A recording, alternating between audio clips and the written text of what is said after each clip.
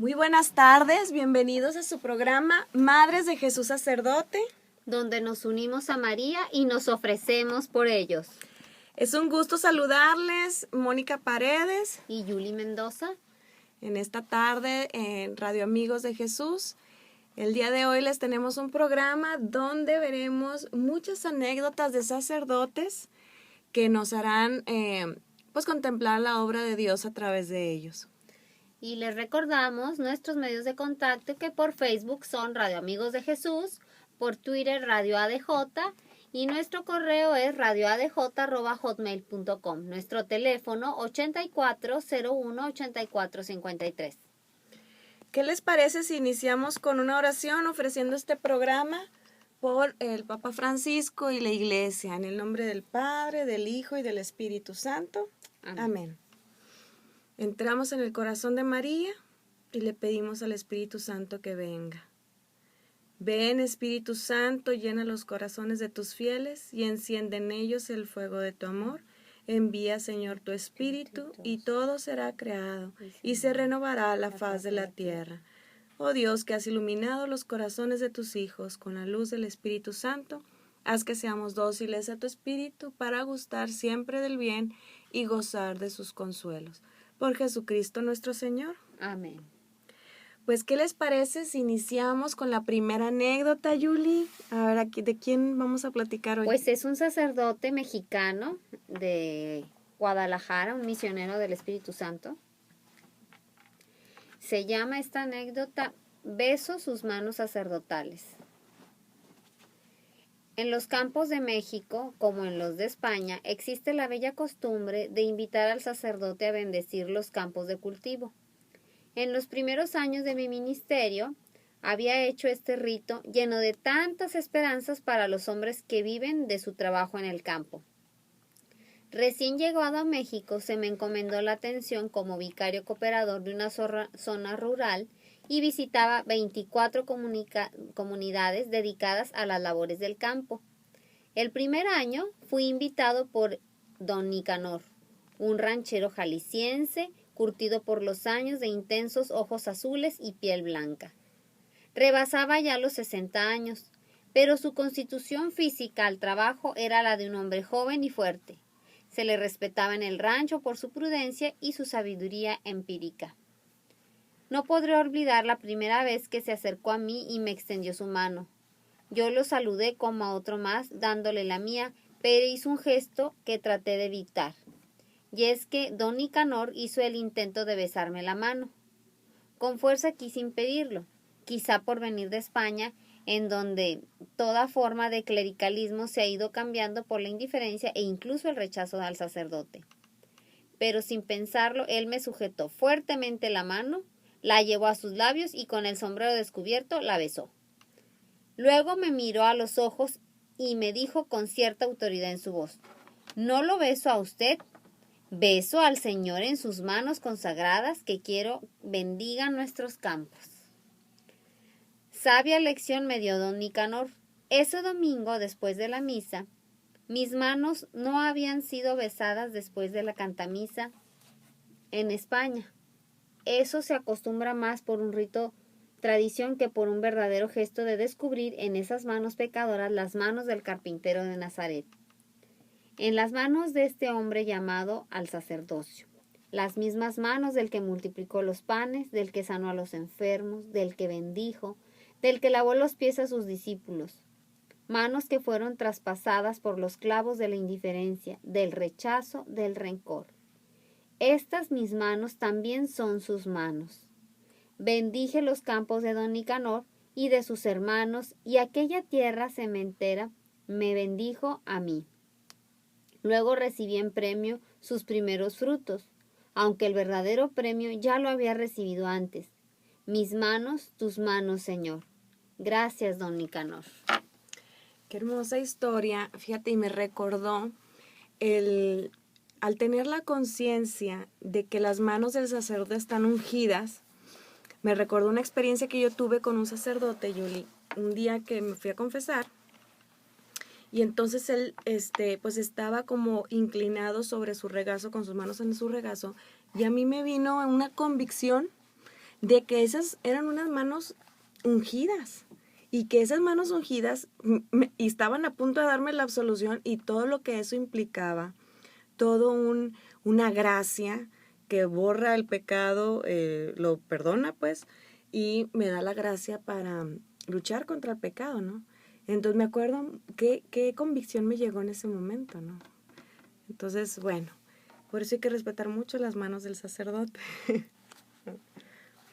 Ahora vamos a platicarles de otro sacerdote que se llama el padre Rafael Gómez Páez de Sao Paulo, de Brasil, ¿verdad? Y esta anécdota la tituló ¿Tú eres Dios? Y dice que en cierta ocasión estaba acompañando a una hermosa procesión con otros sacerdotes en la fiesta de un santo patrono. Había también muchos seminaristas y una gran cantidad de fieles. Como se acostumbra hacer, principalmente en pequeñas ciudades del interior, siempre hay personas paradas en la acera, observando la procesión, y chiquillos que andan y juegan por todas partes, medio acompañando, medio observando, pero sin entrar en las filas de los fieles. Una pequeña entre estos niños se aproximó a mí, tiró de mi sotana y me fulminó con la siguiente pregunta. ¿Tú eres Dios? Quizás fue por verme con extrañas vestiduras, semejantes a las que aparecen en las imágenes de santos en las iglesias. O quizás, unido a esto, mi enorme tamaño dio motivo suficiente para tal suposición. Le contesté sonriendo y con mucha ternura. No, hija, no soy Dios, pero soy amigo suyo. Y ella inmediatamente respondió, entonces pídele que ayude a mi papá a dejar de beber. Y yo muy conmovido y acariciando su carita le aseguré mis oraciones. Después dije a Jesús, Señor, no decepciones la fe de esta pequeñuela. Dale lo que te pide para que sepa que puede tener siempre confianza plena en tu bondad y en tu iglesia. La aventura de la misión acabó llevándome a otros lugares. No tuve más noticias de aquella niña y de su historia, de su lucha, pero sinceramente creo que así como lo pedía el Señor, así se hizo, porque Dios es bueno. Qué maravillosa la fe de los niños, ¿no? Inmediatamente se identificó como amigo, pero, entonces tú me puedes ayudar, eres amigo de Dios. Oye, me acordé de otro cuentito que hay por ahí. Este sí es un cuentito, ¿no? Una señora que iba caminando y vio una niña pues en la calle, pobrecita, no tenía, no sé si no tenía hogar o qué, pero estaba viendo en el aparador de unos zapatos y él estaba diciendo, Dios, si existes, regálame unos zapatos, ¿no? Entonces llega la señora y le dice, veo que no traes zapatos, te compro unos. Entra en la zapatería, le compra los zapatos y ya cuando se va a ir, le dice la niña, ¿tú eres la esposa de Dios? Oh.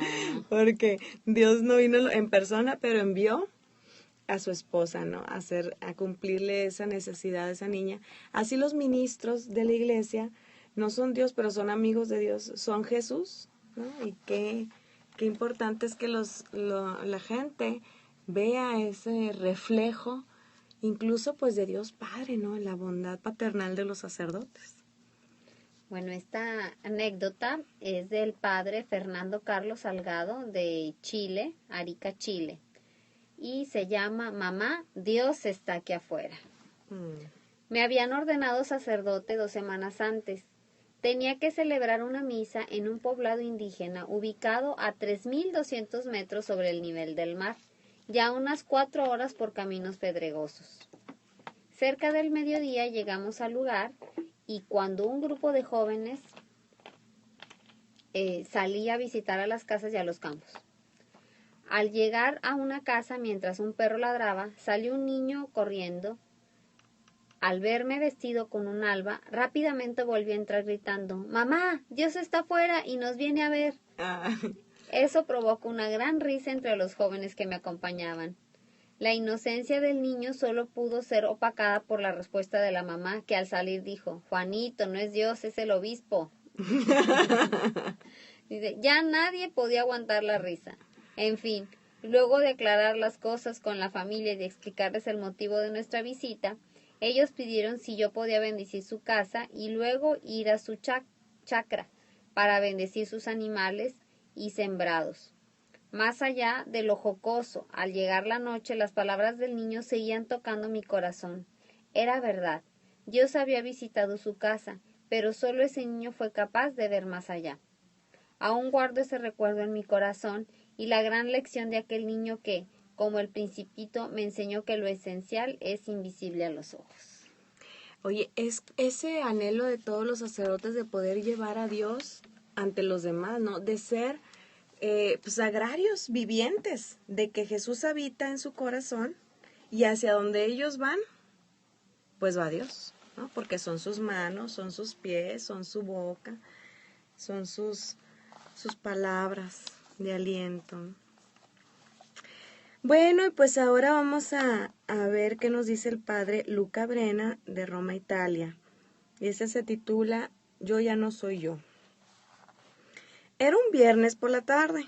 Después de 3 horas encerrado en un confesionario, salí para volver a casa. Caminaba rápidamente en medio de ríos de gente que iba y venía. El aire, lleno del perfume de la primavera, parecía alegrarse por la luz que se filtraba entre los árboles del camellón. Mi primera primavera como sacerdote, pensaba, envuelto en mi sotana negra, mientras pasaba por delante de las tiendas.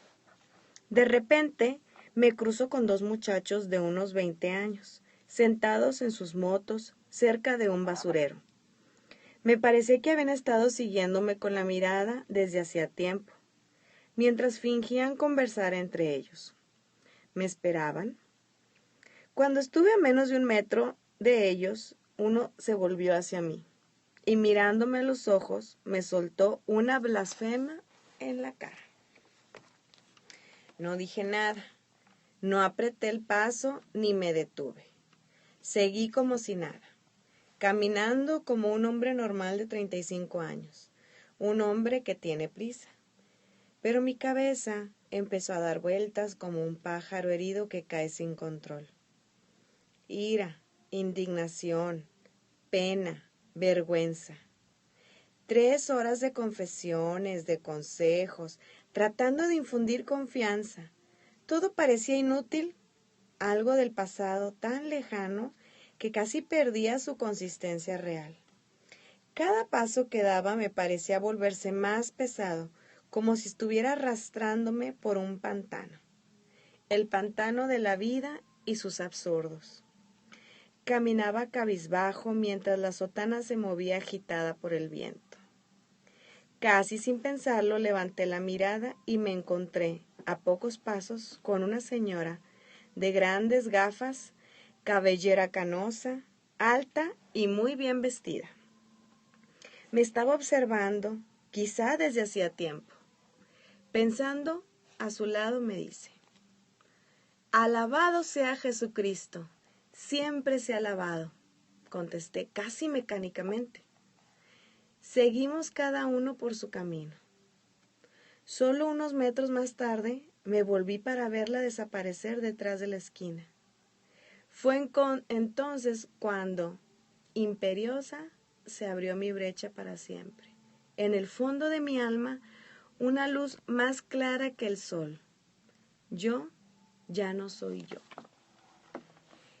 Se ratificaban sus contrastes, ¿verdad, Yuli? Porque por un lado había hecho el bien confesando, por otro lado recibía persecución por la blasfemia y por otro lado otro reconocimiento de parte de la señora de su dignidad como sacerdote, ¿no? Como mensajero de Jesucristo. Y qué importante es para los sacerdotes poderse mantener firmes, así como haciendo el bien o recibiendo bendición, pues recibiendo, pues, Persecución. persecución, ¿verdad? que se mantengan firmes sabiendo que no son ellos, es Jesús. Y como Jesús también recibió de todo, críticas y alabanzas. Y luego primero alabanzas y luego críticas. Los que estaban con él lo dejaron solo y como que así es la humanidad, de voluble. Y bueno, pues vamos a ver. Bueno, nuestra siguiente anécdota es del padre José Héctor González Ábrego de Panamá. ¿Quién fue enviado a quién? En septiembre de 2004 fui enviado a adelantar estudios de teología litúrgica en una ciudad europea. El miedo y la incertidumbre me robaban la calma, sobre todo por el laicismo existente en aquella ciudad. Uno de los objetivos que me propuse fue que durante mi estadía siempre llevaría el alzacuello sin pensar en las consecuencias.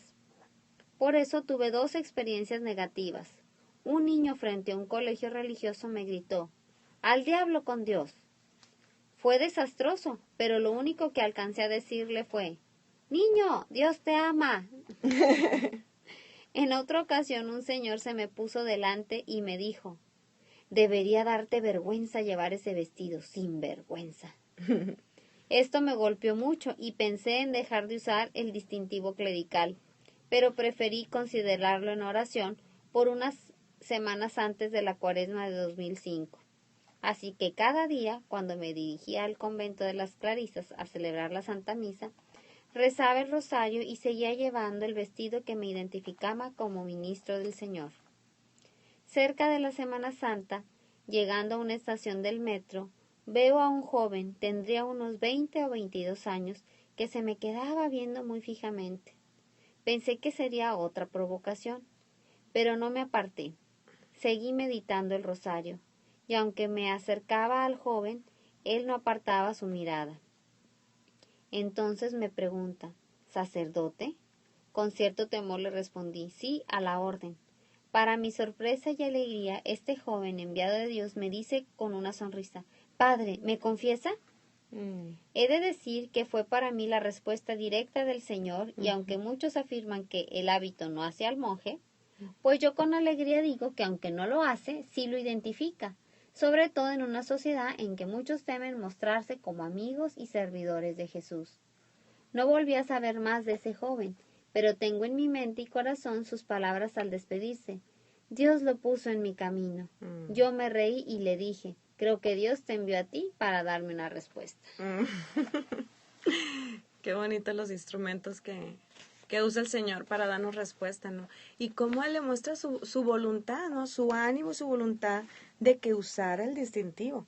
Sobre todo qué reto es para un país donde el laicismo ha llegado a niveles, pues al grado de no, pues que los ven como ofensa, ¿no? Hace poquito me tocó leer, ya no leí la nota completa, pero me sorprendió, dije, que querían demandar a una iglesia por tocar las campanas.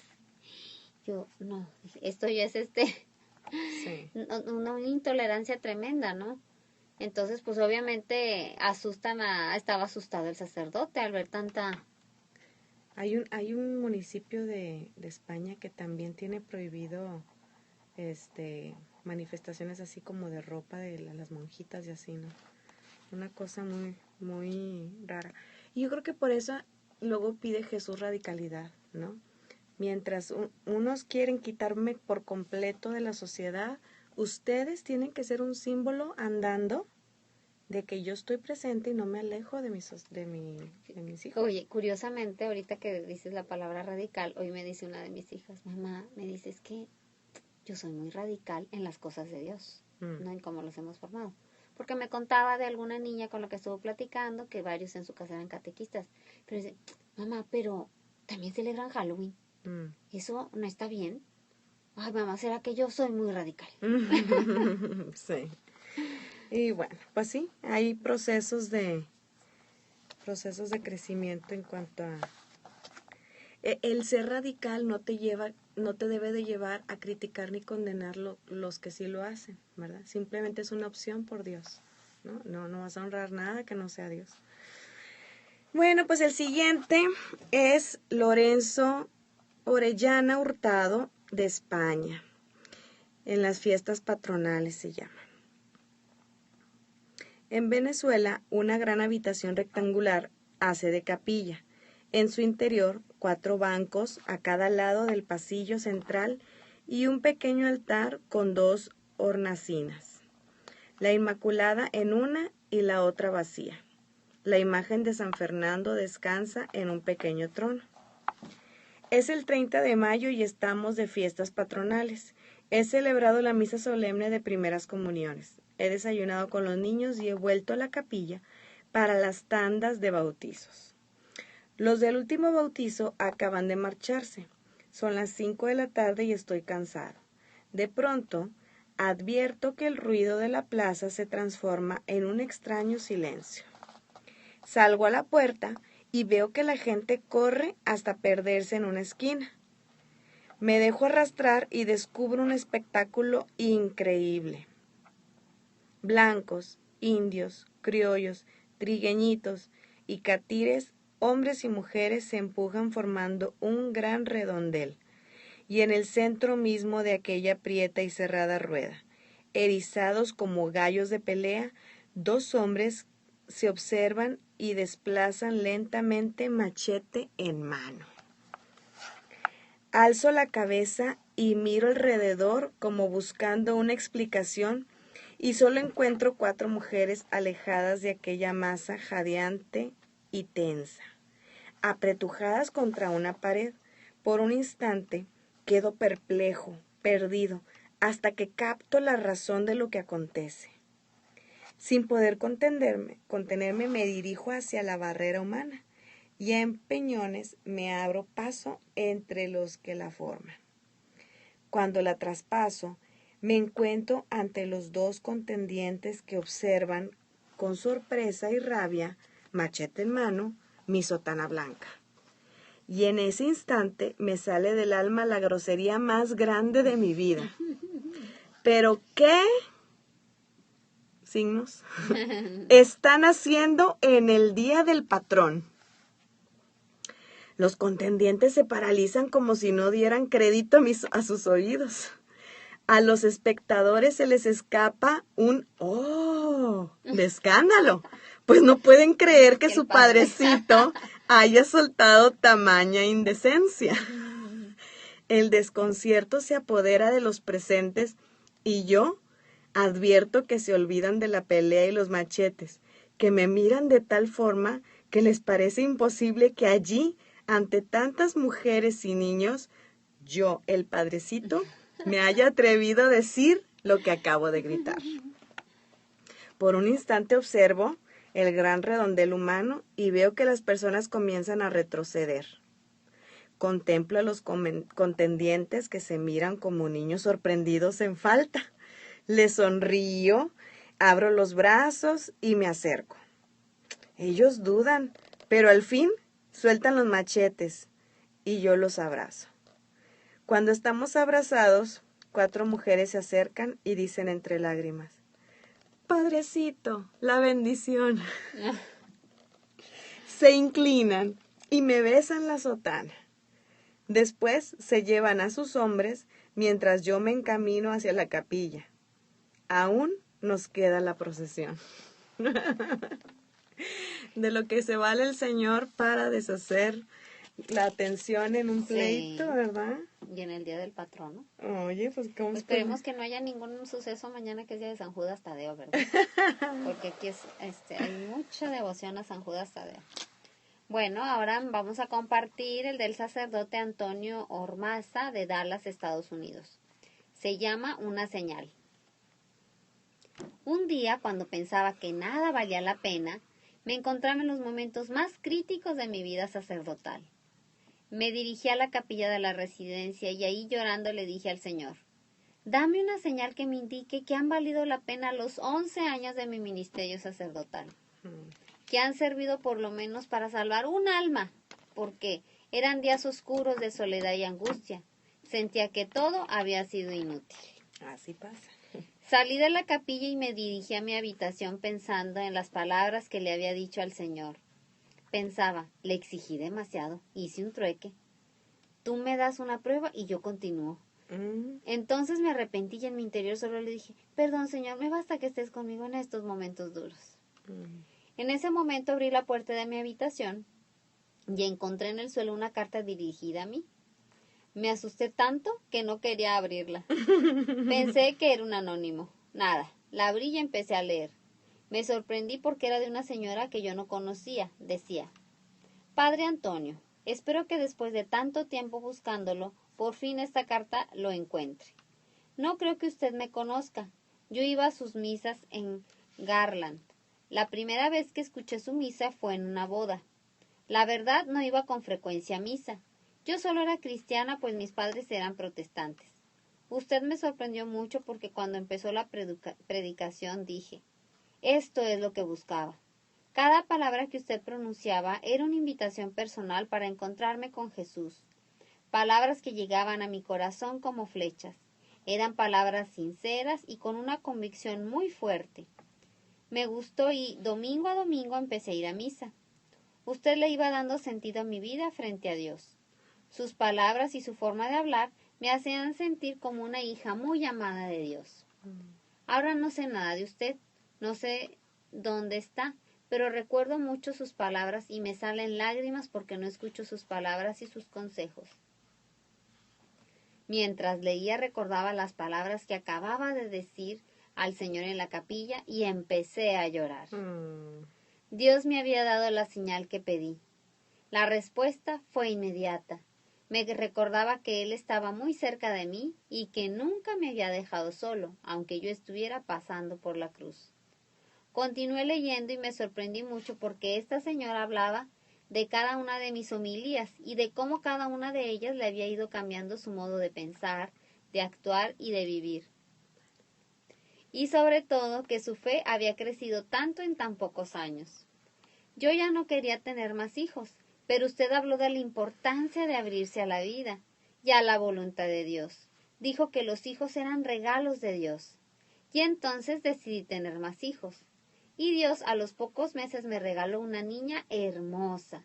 Yo no creía en la oración y usted me enseñó cómo dirigirme a Dios y cómo llamarle Padre. Sus palabras entraron en mi corazón y deseaba encontrarme con este Dios de quien usted hablaba con convicción. En otro momento usted me enseñó a amar y a perdonar a quienes ni amaba ni perdonaba, y empecé por pedir perdón a mi esposo, porque no lo amaba como Dios quería. Usted me habló de la Virgen, a quien yo no conocía y en quien mucho menos creía. Usted me ayudó a conocerla y a llamarle madre. Padre, usted me dio fuerza para entrar en la Iglesia Católica y ahora estoy preparándome para recibir los sacramentos de iniciación cristiana. Gracias, Padre. Usted ha sido el puente que me llevó a enamorarme de Dios. La señal se había cumplido y cuando todo parecía terminar para mí, entonces aparece la luz, el amor de Dios. Gracias, Señor, por mi vocación. Qué bello es vivir y amar día a día mi sacerdocio. Ay, gloria a Dios. Hermosísimo. Fíjate cómo el Señor nos quiere tanto y está tan al pendiente de cada uno de nuestros pasos, ¿no? Que ese Señor escribió esa carta desde antes y le debe haber tomado un tiempito para escribirla, porque con lujo de detalle, ¿no? Sí.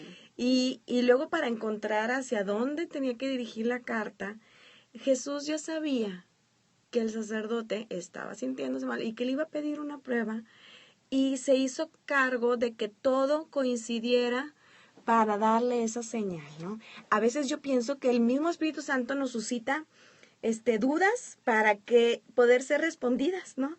Mira lo que le estaba preguntando al Señor, Y ¿no? para que Dios, Dios se manifieste su gloria. Fíjate que hoy me pasaba algo cuando estaba haciendo oración, así, ¿no? Que como estaba el Padre, ¿no? Dije, Señor, esto te lo ofrezco por un sacerdote que se esté sintiendo como yo me estoy sintiendo, que ya está cansado del o sea, ¿verdad? Sí. Como yo me estaba sintiendo, dije, Señor, te lo ofrezco. Y aquí veo, pues digo, ve la fragilidad del sacerdote. Pues somos humanos y todos pasamos por estos momentos, pues de soledad, de cansancio, de enfermedad, de crisis, ¿no? Y las crisis pues tienen que superarse para poder madurar, tenemos que pasar por ellas. El asunto es que cómo se viven, ¿no? Y él se fue al sagrario a decirle, Señor, ya no aguanto más, o sea, estaba en tal oscuridad, en tal noche oscura, que le hacía pensar que todo su trabajo no había valido la pena. Y qué maravillosa carta de parte de esta mujer que le da esa respuesta, ¿no? Esas cosas que me encanta la comunicación de Dios y poder tener una relación tal que podamos tener un diálogo. Yo te estoy diciendo algo y tú me estás contestando de una u otra manera, ¿no? Y así es como podemos decir, oye, es que Dios me dijo, pues sí, me dijo a través de un acontecimiento o de una persona, una carta, un texto. Y qué maravilla, ¿no? Me recordó lo que nos platicó el padre Fernando Torre el programa pasado, que recibió una carta de 30 años después. Padrísimo, sí. Ay, sí. Él había predicado unos retiros a unas jovencitas. 30 años después, la señora lo localiza y le envía una carta diciéndole cuánto había impactado, un giro total en su vida, una decisión total de seguir a Jesús y todo lo que le había hecho bien ese retiro, esas palabras de ese sacerdote, ¿no? La semilla de Dios impresionante. Que la semilla que da fruto y que aunque no trabajamos, ni ellos trabajan para ver el fruto, sí es una caricia de Dios, ¿verdad? Y hoy estamos hablando precisamente también de eso, ¿no? De pues cuántas veces oramos por algún sacerdote y pues bueno, Dios No trabaja en sabemos. lo invisible, ¿no? Así es, no sabemos qué tanto le llegó esa oración, pero Dios sabe cómo lo aprovecha. Bueno, ahora vamos a hablar del padre John J. Hughes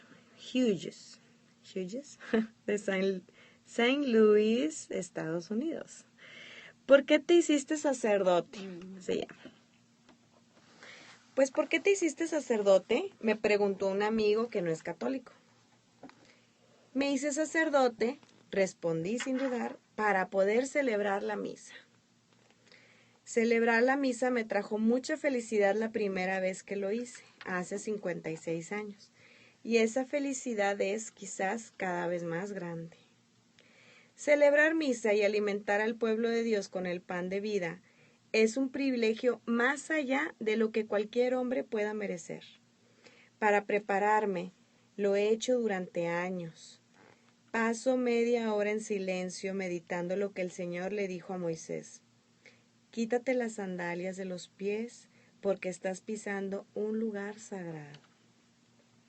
Ninguno de nosotros es digno de entrar en la presencia del Dios Santísimo. Por eso, al inicio de la misa pedimos perdón 3 veces. Escucho con atención la lectura, 2 los domingos, y el Evangelio. Si no hay diácono, lo leo yo mismo. Luego, con toda la convicción y el fervor de que soy capaz, proclamo el amor que nunca nos abandonará. Lo hago brevemente entre semana y con más detalle los domingos. Mi aprecio por la liturgia de la palabra ha sido aumentando con los años. Me gusta citar un texto del Concilio Vaticano II de la Constitución Dei Verbum. La Iglesia siempre ha venerado las Sagradas Escrituras, así como venera el cuerpo del Señor. Sin embargo, la plegaria eucarística es para mí el corazón de la misa. Son pocas las veces que no me conmuevo con las palabras de la institución, dichas por el Señor mismo. Este es mi cuerpo, esta es mi sangre, que fascinaron incluso a Martín Lutero. Yo las recito despacio, con reverencia y asombro, ligeramente inclinado sobre la patena y el cáliz, como indican las rúbricas. ¿Esto le ayuda a alguno? No lo sé. Al menos a mí me alimenta. Nadie ha deseado tanto los brazos de su persona amada como yo, el encuentro diario con el Señor. Esos momentos preciosos con Él, repitiendo sus palabras, son literalmente el momento más alto de mi día. Los recuerdo en este mismo instante y ya estoy deseando repetirlos mañana. Wow. Yo me hice sacerdote, no para estar con la gente, sino para estar en una manera más íntima con el Señor. Admiro a los sacerdotes que experimentan esto mismo a través del ministerio pastoral. Yo los considero superiores a mí, mejores sacerdotes y mejores personas humanas, y experimento más al Señor en el altar. El ministerio con la gente te puede llenar, pero es también frustrante. No todos quieren lo que el sacerdote ofrece. En cambio, Dios siempre nos quiere. La alabanza que le ofrezco al Señor es imperfecta, pero nunca la rechaza. Y para mí, el ofrecimiento de esa alabanza nunca falta. Me conmovió mucho una tarjeta navideña la pasada Navidad, de la madre de 3 niños pequeños. Quizá no es muy devota, pero siempre está ahí los domingos, siempre lista con una sonrisa o una palabra alegre al llegar a la iglesia y al final de la misa. Y me escribió: usted celebra cada misa como si fuera su primera misa y como si fuera la última. Oye, este testimonio de este sacerdote, fíjate cómo hay sacerdotes y cada uno su temperamento y los dones de Dios, ¿verdad? Porque hace poco nos estaba diciendo un padre que él pues no sentía nada, pero con una fe grande vivía la Eucaristía, ¿no? Y sin embargo este sacerdote, 56 años tiene de sacerdocio y 56 de sacerdocio. Bueno, y ama la Eucaristía como el primer día, ¿no? Me recordó, Yuli, ¿te acuerdas aquel padre que nos platicó que en las vísperas de que se iba a ordenar, escuchaba en su corazón que le decía Jesús: pídeme un regalo de ordenación? Sí. Y él pues decía: ay no, yo creo que yo lo estoy inventando. Pero insistía, ¿no? Pídeme un regalo. Y dijo: bueno, Señor, si viene de ti esta propuesta, pues que el Espíritu Santo me inspire qué pedirte, porque no sé qué pedirte. Entonces se iluminó y pidió que ninguno de los sacramentos se me haga rutina. Y dice, a sus 26 años de ordenado, que nunca se le ha hecho rutina la Eucaristía y ningún sacramento, pero uno lo ve celebrando la Eucaristía y se nota. Realmente se nota que está entregado al misterio que está celebrando, ¿no? Y bueno, no nada más lo notamos nosotros, él sabe que es un don de Dios para el pueblo. Bueno, esta anécdota es de un sacerdote de aquí de Tamaulipas, Antonio Álvarez Rivera. A lo mejor nos está escuchando, no sabemos. Se llama Una gotita en el cáliz. En 1989 tuve la oportunidad y el honor de conocer a la Madre Teresa de Calcuta en Puerto Rico y le dije: Madre, soy un sacerdote diocesano y quiero pedirle que rece por mí. Sí, con mucho gusto, respondió. Pero tú, en cambio, cuando celebres la Eucaristía, agrega una gotita de agua extra en el cáliz por nuestra congregación. Claro que sí, así lo haré, lo prometo. Pasaron los años y por fin llegó la beatificación de la Madre Teresa. Yo quería asistir a la beatificación. No sabía cómo ni tenía dinero, pero recé lleno de confianza. Una familia muy generosa pagó mis gastos. La mañana de la beatificación, el cielo se vistió de blanco y azul como el hábito de la Madre Teresa. Cuando la declararon beata, le grité en medio de la multitud reunida en la plaza de San Pedro: Madre, yo he cumplido, ahora cumple tú también. Hasta el día de hoy celebro la Eucaristía con alegría, recordando siempre la gotita extra en el cáliz. Tengo la certeza de que ella intercede por mí y por todos los sacerdotes del mundo. Promesas de los santos. Oye, hace poquito estábamos leyendo de la Madre de ahora Santa Teresa de Calcuta, su maternidad espiritual hacia seminarista que era de Arabia o de India. Era de un lugar totalmente, era de una región que totalmente musulmana, que no había católicos. Y él quería ser católico. Entonces él se sube a un avión y le toca de compañera ella, suertudote. Pero él estaba pidiendo a Dios una señal también para que, Su vocación. pues sí, para ver si era su vocación, porque se iba a echar en contra a toda su ciudad, a toda su parentela y todo, ¿no? Entonces él le platica en el avión y ella le asegura que sí es su vocación, ¿no?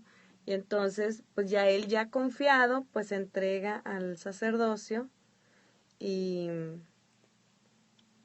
bueno, pues él platica esta anécdota tan del el influjo que tuvo pues intercesión de ella, porque era una vocación demasiado complicada por la situación cultural y religiosa en la que vivía. Bueno, ahora vamos a escuchar la anécdota del padre Michael Patrick Scott de Estados Unidos, que se llama Un trocito de hostia en el cáliz. Poco después de mi ordenación sacerdotal, tuve la oportunidad de celebrar la misa de la Madre Teresa en su convento del Bronx, Nueva York. Ella fue para mí un gran ejemplo durante todo mi camino al sacerdocio. Después de la misa, ella vino a la sacristía y me pidió una bendición. Me dijo, la bendición de un nuevo sacerdote concede una indulgencia. Le dije que yo había pasado más de un mes desde mi ordenación, pero ella insistió. Sé, por fuentes autorizadas, que ese privilegio dura 6 meses. Ándale, Yuli, no sabíamos. Ella se arrodilló en el suelo ante mí y yo puse mis manos sobre su cabeza. Mientras yo oraba, pensaba que era yo quien debía arrodillarme ante ella. Después de la bendición, ella se levantó, tomó mis manos y me dijo, tengo que pedirle una cosa. Justo después de la comunión, cuando usted pone un trocito de hostia en el cáliz, póngame a mí también. Desde aquel día siempre lo hice hasta el día de su beatificación. Mira, la Madre Teresa fue madre espiritual de muchos sacerdotes. Deja tú, sabía muy bien cómo agenciarse las bendiciones de un sacerdote. Y mira cómo se las aseguraba, justo en la consagración. Eso, fíjate, ¿de qué nos habla eso? Que hay que ser atrevidos también. Pues sí. No, vamos a buscar muchos sacerdotes. Sí. Eso nos habla del conocimiento de la dignidad sacerdotal. Sí. Ella lo sabe y por eso lo pide. Y sabía que se agenciaba bendiciones tanto para su orden como para ella misma, ¿no? No, ya está. Ya buscar un sacerdote, ¿verdad? Ya iremos a buscarlos y pedirles bueno, fíjate, esto de la gotita de agua y del cáliz no se me había ocurrido, pero sí ciertamente cuando iniciamos el discernimiento del grupo de maternidad espiritual sacerdotal y durante muchos meses o años, sí, un sacerdote amigo mío nos ofrecía, y eso se lo pedí, en el cáliz, ¿no? Y se le ofrecía al Señor nuestra vocación, nuestro grupo, para que se hiciera su voluntad. Entonces yo confío y ahorita mismo le pido al Señor que nos renueve esas gracias que estaba queriendo concedernos al elevarnos el sacerdote y ofrecernos como grupo, como vocación, para que se haga su voluntad de nosotras. Que así sea. Bueno, esta anécdota es de un sacerdote de Zimbabue, Charles Mafurutu. Se llama Listo para morir. Un domingo por la tarde, ya cerca del río Guay, que está como a 4 kilómetros de la misión Regina Mundi, me pararon 3 muchachas. Me dijeron en su dialecto, ¿verdad?, que literalmente significa los hermanos se llaman. Sabía exactamente lo que querían decir y era consciente de que mi vida corría peligro, sobre todo si esos guerrilleros Cipra habían tomado alcohol o drogas. Claro. De cualquier modo, algo peor me sucedería si desobedecí esa orden. Así que, obligado, tuve que afrontar a los Cipra, que de hecho estaban drogados. Llegando al lugar encontré a 3 de ellos. Uno quería saber por qué usaba alzacuello clerical. Le dije que era un uniforme que me identificamos como sacerdote católico y que venía del pueblo de Cipepa, donde fui a celebrar la Santa Misa y a predicar la palabra de Dios. Me miró de un modo horrible. Dijo que era un modo de simpatizar con los colonistas y con los enemigos de la revolución. los que seguían la así llamada religión occidental. Me ordenó quitarme el alzacuello y declaró públicamente que desde ese momento yo no predicaría más la palabra de Dios y nunca más celebraría la Santa Misa. Extrañado le pregunté por qué había llegado a esa conclusión, pero se rehusó a darme alguna explicación. Le comenté que me era imposible dejar de ser sacerdote porque el orden sacerdotal me había dejado una marca imborrable. También le dejé muy claro que nunca iba a dejar de predicar la buena noticia y de celebrar la Santa Misa. El hombre insistió en que yo debía desistir. Yo, en cambio, le volví a decir que sería sacerdote para siempre. Él debió haberme disparado allí en ese instante, pero me salvaron los fieles que venían gritando. Después de ver que era difícil dispararme por la presencia de los fieles, el hombre me ordenó que me metiera a mi Land Rover. Él estaba pensando en dispararme a unos 50 metros de la gente. Me ordenó conducir hacia él, al mismo tiempo que me apuntaba con la pistola, mientras me dirigía hacia el lugar donde me quería matar. Mientras íbamos hacia ese sitio, mucha gente gritaba y el líder de los Cipra corrió rápidamente hacia su colega para que no me disparase. Luego logró llegar antes de que me matara. El líder le quitó la pistola con la que me dispararía y la lanzó lejos. Entonces el líder me ordenó que condujera rápidamente hacia la misión. Nunca podré olvidar ese día. Wow. Pues la persecución que están viviendo siempre, ¿verdad? Nuestros sacerdotes, allá o aquí o en todos lados, en fíjate, todos lados. Y yo admiro mucho los sacerdotes que viven en un país perseguido por estas cuestiones, ¿verdad? De que no son católicos. Y bueno, peor cuando están estos guerrilleros y drogados y todo, porque es una persecución segura, ¿no? Y admiro mucho a todos los que deciden quedarse en ese lugar, porque los podrían sacar de ahí, ¿no? Pero deciden quedarse porque es parte de su misión el dar la vida por las ovejas, ¿no? Y la valentía de querer darla. Así es. Bueno, pues ahora vamos a ver qué nos dice el padre Morgan Francis Batt de Australia. Amén y carga la matralla. Estas son historias de persecución, ¿verdad? Sí. De peligro. Podían palparse los nervios cuando entramos en el avión de transporte militar que nos llevaría a la antigua tierra de Abraham y Babilonia, la actual Irak. Todos nos sentíamos hermanos de sangre, entrenados y preparados para cualquier cosa que pudiera ocurrirnos en la guerra. Llegamos a nuestra base en el sur de Irak en junio del 2007. Pocas horas después, los rebeldes ya estaban lanzando misiles contra nosotros, aunque no tenían muy buen tino, gracias a Dios. Y casi cada noche, entre las 8 y las 10, realizaban este ritual de misiles. En ese momento, religiosamente, el sonido de las sirenas comenzaba a sonar y nosotros, temblando y bien armados, nos metíamos en búnkers de concreto, tipo tumba, para esperar el cese de fuego. Fíjate, todos los días de 8 a 10. Mi búnker estaba junto a nuestra pequeña y humilde capilla de madera que llamé Nuestra Señora de las Arenas. Una noche, las sirenas sonaron. Yo ritualmente me armé y me lancé al búnker. Dentro de la estructura de concreto había otros 9 soldados, todos muy jóvenes, todos deseando y esperando que la noche pasara sin sorpresas. El soldado que estaba sentado junto a mí era una de nuestras estrellas deportivas.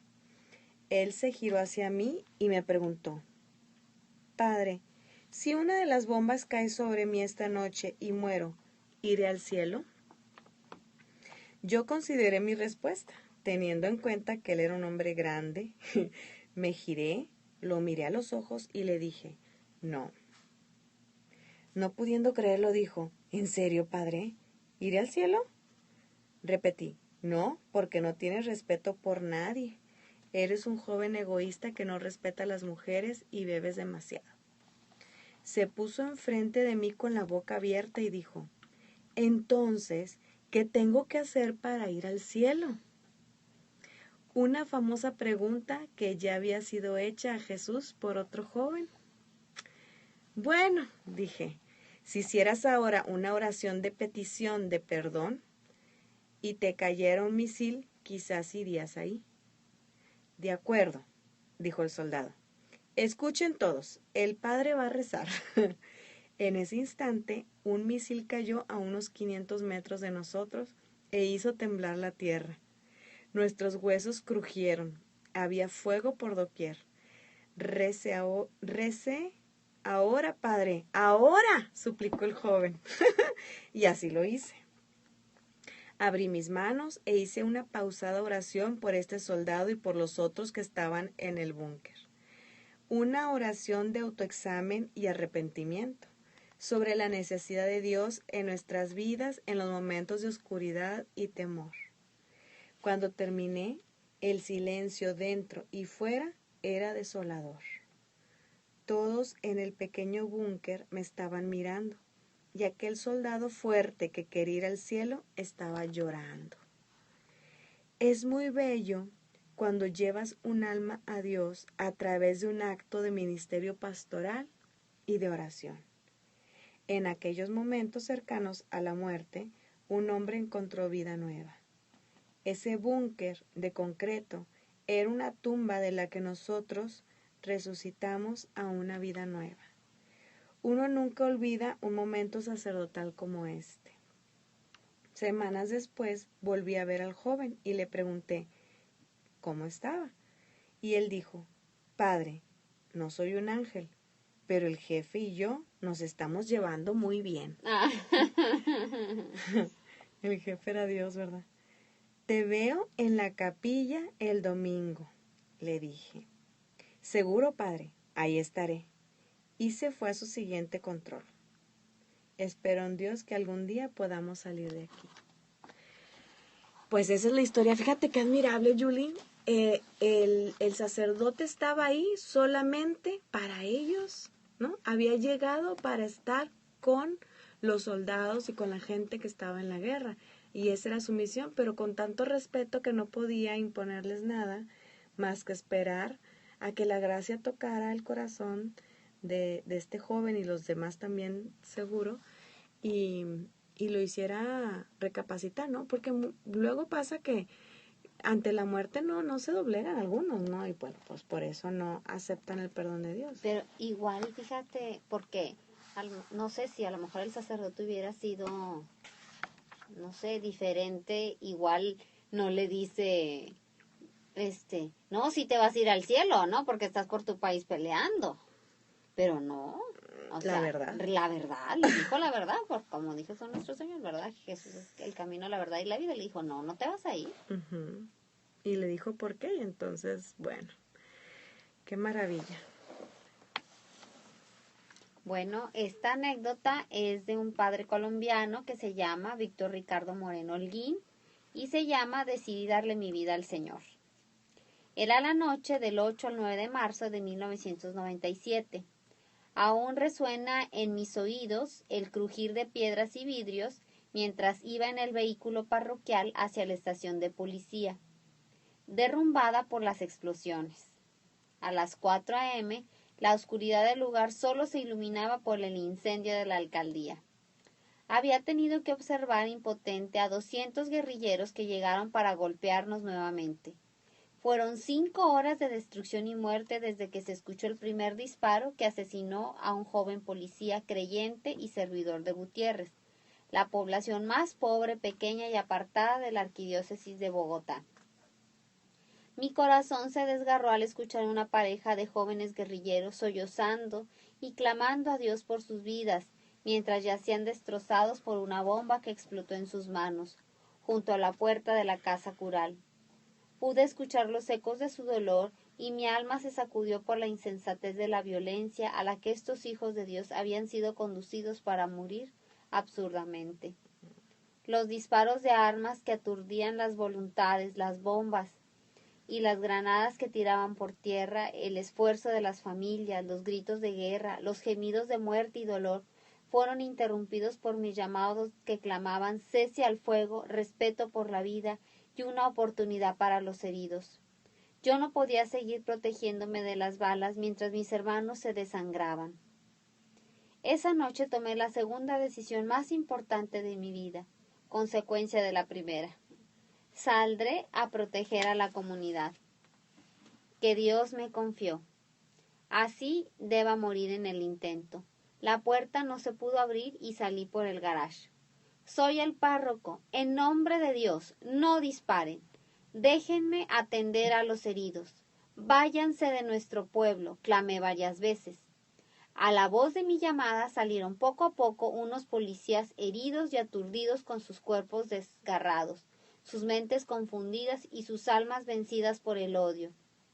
Allí vi físicamente el rostro del ser humano herido por el pecado, al cual prometí servir desde el día de mi ordenación, primera y fundamental decisión de mi vida.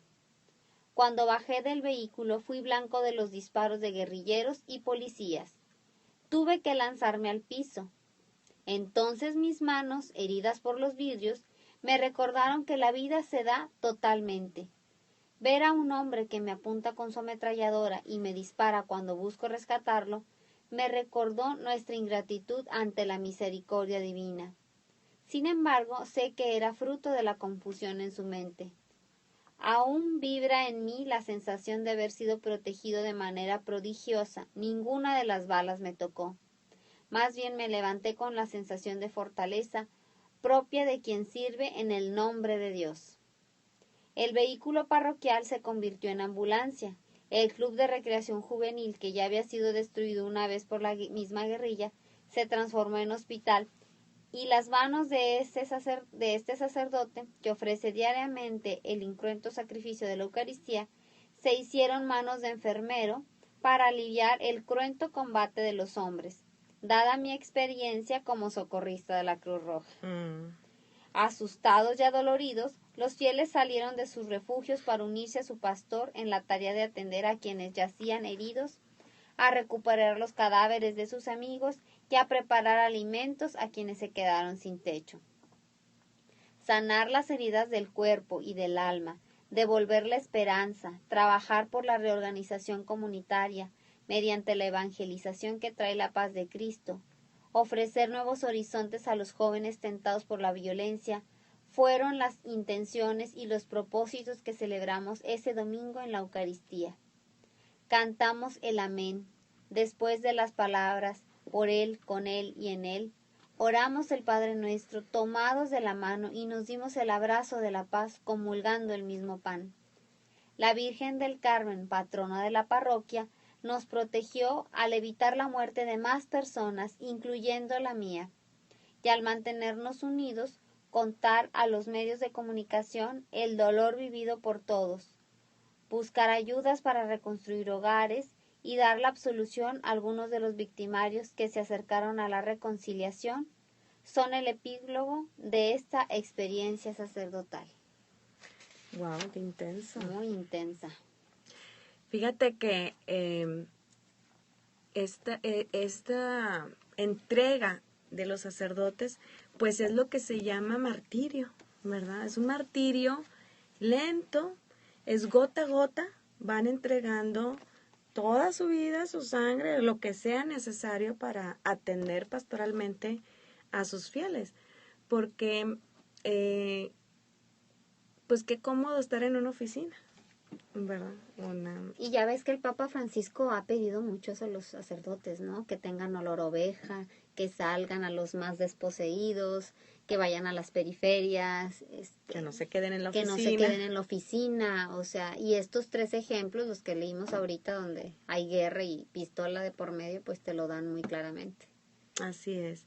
Y que pues es en los lugares más vulnerables, y eso nos da a nosotras como madres espirituales, pues nos recuerda que tenemos este tipo de circunstancias que pedir, ¿verdad? Que las hay muy, muy, pues los tenemos en México también, ¿no? que son sacerdotes que se atreven a salir y luego pues por lo mismo son perseguidos. Pero Dios tiene su plan para cada sacerdote. En algunas circunstancias permitirá que los maten y en otras circunstancias pues les dará la unción para, incluso como en este caso, que algunos victimarios se arrepintieran y recibieran la absolución y que pues cambiaran de vida, ¿no? Entonces, pues qué maravilla el trabajo sacerdotal y qué compromiso nuestro, ¿no? El orar por todos ellos. Pues los sacerdotes perseguidos. Meditaba también, Moni, aquí ellos están en medio de una guerra, pero ahorita pues, en ciudades como la nuestra o en nuestro país o en otros países, pues son perseguidos por los medios de comunicación. Sí. O sea, que digo, hace poquito leíamos esa noticia de un sacerdote que estaba en la cárcel por un falso y hicieron garras toda su vida y sí, reputación, ¿verdad? Sí. Lo hizo una cadena de televisión, lo difamaron, lo calumniaron y pues años después se descubrió que no es cierto. Entonces, pues él vivió ese martirio, estar encarcelado siendo inocente. Y bueno, Dios lo permite también pues para redimir esa parte, para que vaya él y sea testimonio. Dios no quiere hacernos pasar mal, pero Él quiere que seamos otros Cristos y que el sacerdote sea otro Cristo y pues lo que Él padeció se reproduce de una u otra manera en cada sacerdote, ¿no? Y hoy escuchamos anécdotas muy hermosas por las cuales le damos gloria a Dios y su manera de comunicarse con sus hijos, de darles ánimo y consuelo y valor y darles, como la Madre Teresa, una intercesora, que todo sacerdote necesita una intercesora, y pues entre más santa como Madre Teresa puede con muchos. Se le encargan muchos. Sí, así es, su vida de intimidad, su fe, su oración ante el Santísimo, su entrega por los más pobres, al ver a Jesús en los pobres, pues todo eso hace de un santo ser muy fecundo, un gran intercesor. Entonces, pues, ¿qué les parece si terminamos nuestro programa, pues, ofreciéndonos en el nombre del Padre, del Hijo y del Espíritu Santo? Amén. Señor, por manos de María, queremos unirnos a ti y ofrecernos contigo al Padre a favor de la Iglesia y de los sacerdotes, para que se cumpla en ellos tu santísima voluntad, para que tu gloria se manifieste, para que atraigan muchas almas hacia ti y que sea de gran honor, de gran gloria para ti, Señor, y sobre todo, pues que sea de gran consuelo para tu pueblo. Jesús, Salvador de los hombres, sálvalos, sálvalos. Con María todo. Sin María nada. Pues muchas gracias por acompañarnos en esta tarde, en este programa. Les recordamos que pues tenemos aquí en el oratorio de Radio Amigos de Jesús, en Eugenio Garza Sada, 2866, Colonia Altavista, en Monterrey, Nuevo León. Tenemos la misa de todos los viernes primeros de mes a las 12 del mediodía. Los invitamos a acompañarnos. Que ya es la otra semana. Sí. Es la otra semana. Para que se programen, por favor, sin pena, por favor, acompáñenos.